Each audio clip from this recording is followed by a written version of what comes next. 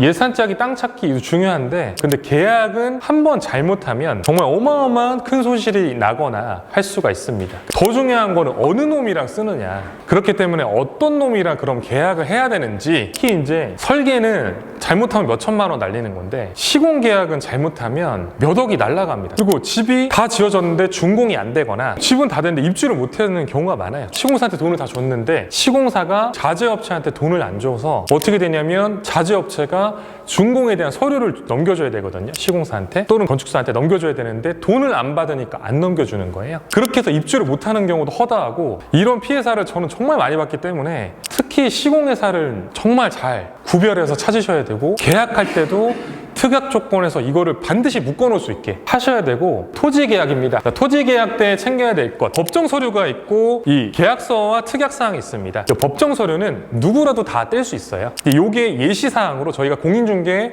사무소도 운영을 하기 때문에 실제 사례를 가지고 실제 계약서를 바탕으로 말씀을 드릴 거예요.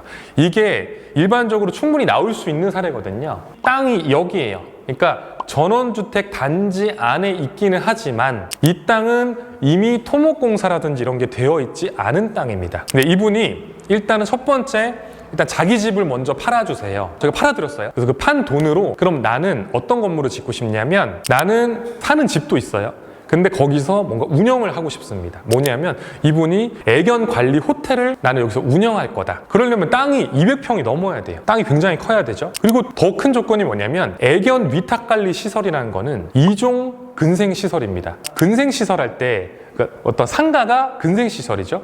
1종 근생은 굉장히 요건이 쉬워요. 왜냐면 1종 근생은 그냥 일반 소매점이나 판매점 이런 게 다 1종 근생이거든요. 요건이 간단합니다. 1종 근생이 웬만한 데서는 되는데, 그런데 2종 근생은 좀 더 고차원적인 당구장이나 스포츠 관련된 시설이나 좀 규모가 큰 것들, 이런 것들이 2종 근생이거든요. 그러면 이것도 2종 근생이 돼야 되는 전원주택 부지여야 되는 거죠. 그래서 여기 이 땅을 찾아드렸어요. 왜냐면 이 땅들은 그렇게 크게 잘라놓은 땅들이 없고, 그리고 이렇게 개발이 다 돼 있는 땅은 땅값이 조금 비싸니까. 그래서 아직 개발이 덜 된 조금 저렴한 땅을 찾아드렸는데 계획관리지역이에요. 건폐율이 40%가 되고 또 웬만한 것들이 어느 정도는 가능합니다. 제한이 덜한 지역이에요.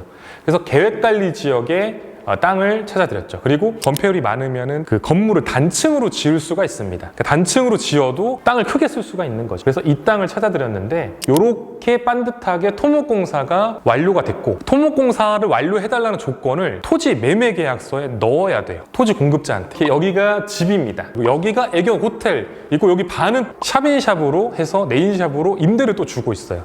임대 수익도 만드시면서 애견 호텔도 하시면서 사실은 여기에 바로 앞에 무덤이 있어요. 여기에 가격도 저렴하면서도 이걸 모두 다 할 수 있는 부지였기 때문에 계약을 하신 거죠. 개발을 누구한테 의뢰해가지고 건물을 지어가지고 하려면 어떤 토지 매매 계약을 써야 되냐를 보시겠습니다. 첫 번째가 법정 서류를 우리가 먼저 체크해 볼 건데요. 법정 서류라는 거는 우리가 등기부 등본, 토지 이용 계획원, 토지 대장 이렇게 세 가지를 체크를 합니다. 토지 등기부 등본은 당연히 소유자와 면적에 대한 이런 내용들이 나오는 부분입니다. 그래서 일단은 주소, 그리고 지목, 면적을 당연히 이렇게 먼저 체크를 하시고, 갑구에 보시면은 공유자 또는 소유자가 나옵니다.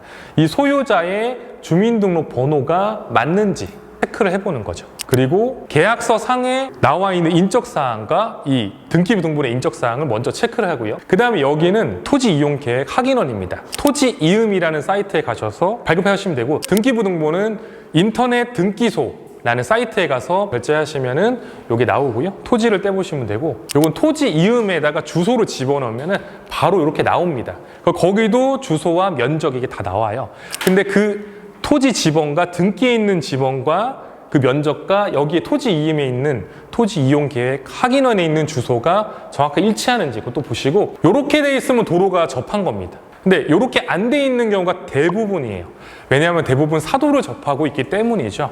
이게 있으면 있는지를 먼저 확인하시면 되고요. 제일 중요한 거는 이 토지가 방금 말씀드렸듯이 맹지인가 아닌가. 맹지는 어떤 토지를 말합니까? 그렇죠. 길이랑 연결이 안 된 거. 공도와 연결이 되어 있어야 되고, 공도는 뭐를 얘기하냐면 소유자가 어떤 시효지 이런 도로가 이제 공도죠. 그럼 사도는 뭐냐? 어떤 그냥 개인 이름으로 돼 있는 거. 이게 사도입니다. 근데 사도의 지분을 내가 1%라도 갖고 있으면 돼요. 근데 그게 없다. 근데 그렇다 하더라도 도로로 얘가 돼 있잖아요. 도로? 그럼 내가 사용하는 데는 지장이 없어요.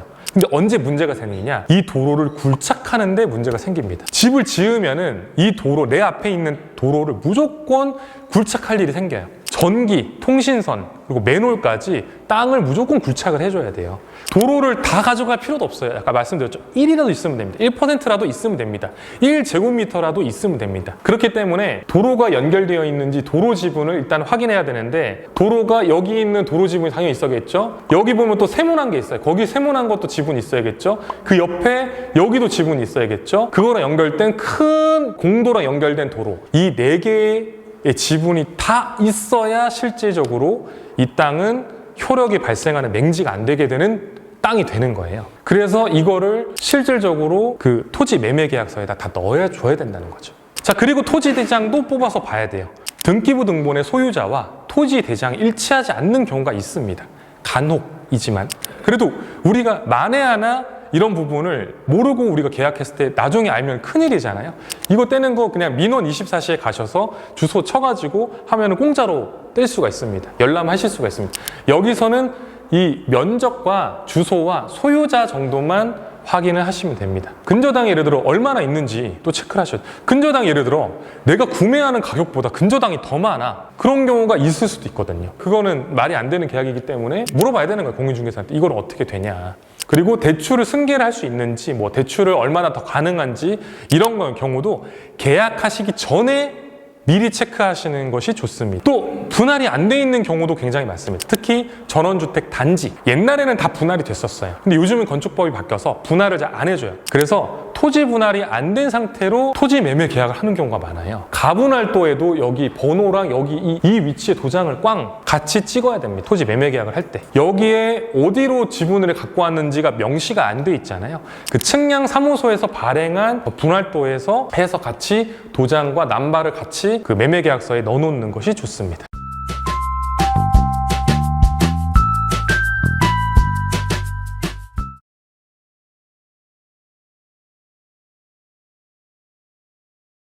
완료가 안 돼 있어, 공사가. 그럼 잔금 안 하고 기다리면 되는 거예요. 그래서 이 조항이 굉장히 중요한 조항이라는 거죠.